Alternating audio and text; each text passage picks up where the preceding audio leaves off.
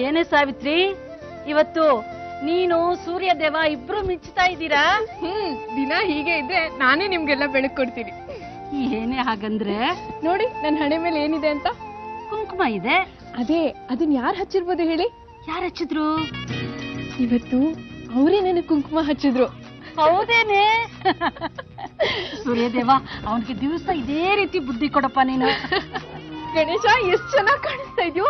ಸ್ಕೂಲ್ಗೆ ಹೋಗ್ತಾ ಇದ್ಯಾ? ನನ್ಗೆ ಹೇಳೇ ಇಲ್ಲ ನೀನು. ಇದಕ್ಕೆಲ್ಲ ಕಾರಣ ಅಮೃತಕ್ಕನೇ ಅಕ್ಕ. ಎಷ್ಟು ಮುದ್ದ ಕಾಣ್ತಿದ್ಯೋ ಕಂದ ಈ ಡ್ರೆಸ್ ಅಲ್ಲಿ. ಯಾವ ಸ್ಕೂಲ್ಗೋ? ಎಷ್ಟು ಗಂಟೆಗೆ ಶುರು ಆಗುತ್ತೆ ನಿನ್ ಸ್ಕೂಲು?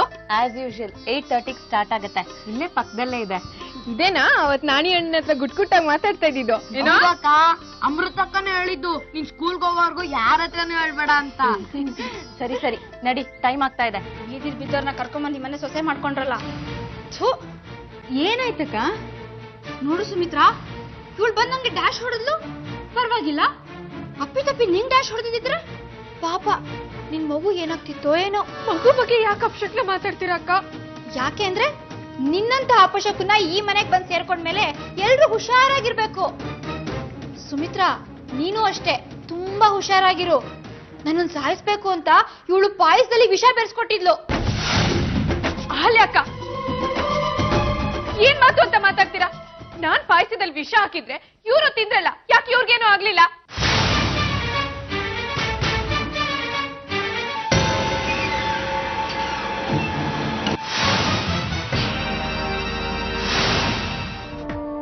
ಹೇಗೂ ಮುಂದಿನ ಚುನಾವಣೆಯಲ್ಲಿ ಅಣ್ಣಂಗೆ ಟಿಕೆಟ್ ಸಿಗಲ್ಲ, ನಾನೇ ನಿಲ್ತೀನಿ. ಪ್ರಚಂಡ ಬಹುಮತದಿಂದ ಆರಿಸ್ಬರ್ತೀನಿ. ಇವೆಲ್ಲ ಆಗಬೇಕು ಅಂದ್ರೆ ಈಗಿನಿಂದ ಇದೆಲ್ಲ ಕಮ್ಮಿ ಮಾಡ್ಕೋಬೇಕು ತಾನೆ.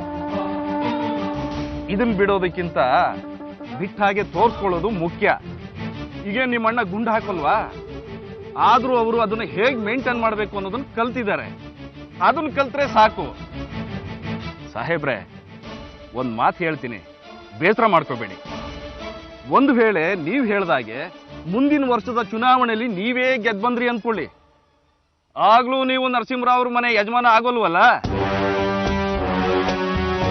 ಅಣ್ಣ ಸತ್ ಹೋದ್ರೆ ಹಾಗಂದ್ರೆ ಹರಿ ಸಾಹೇಬ್ರು ಇರ್ತಾರೆ. ಅವನು ಹೆಂಡ ದಾಸ ಆಗಿದ್ದಾನೆ. ಹೆಂಡತಿನೇ ಸುಧಾರಿಸಕ್ಕಾಗದೆ ಇದ್ದವನು ಮನೆ ಯಜಮಾನ ಆಗ್ತಾನ. ಅಣ್ಣ ಸತ್ ಬಿಟ್ರೆ ಆ ಮನೆ ಯಜಮಾನ ನಾನೇ. ನಿನ್ನ ಹಣೆನಲ್ಲಿ ಕುರ್ಚಿ ಬರ್ದಿಲ್ಲ, ಮಡಿಕೆ ಬರ್ದಿದೆ. ಕುಂಕುಮ ಹಚ್ಕೊಳ್ಳೋ ಹುಡುಗಿ ಕುಮಾರಿ ಆಗಿರ್ಬೇಕು. ನರಸಿಂಹನ ಹೆಸರಲ್ಲಿ ಭಯ ಭಕ್ತಿಯಿಂದ ಕುಂಕುಮ ಹಚ್ಕೋಬೇಕು.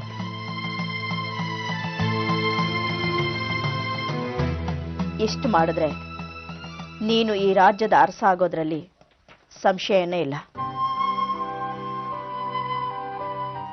ಸಾವಿತ್ರಿಯಿಂದಾಗಿ ನನ್ನ ಜೀವ ಉಳಿದಿದೆ. ಆದರೆ ಅವಳು ನರ್ಮದನ್ ಜಾಗ ತೊಳಕ್ ಬಂದಿದ್ದಾಳಲ್ಲ, ಇದು ನನಗೆ ಚೂರು ಇಷ್ಟ ಆಗ್ತಿಲ್ಲ.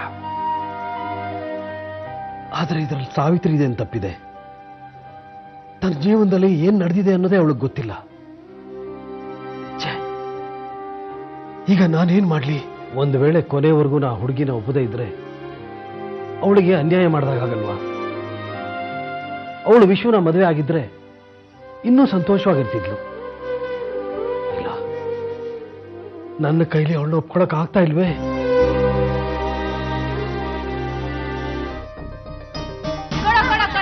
ತಗೊಳ್ಳಿ ಅಜ್ಜಿ.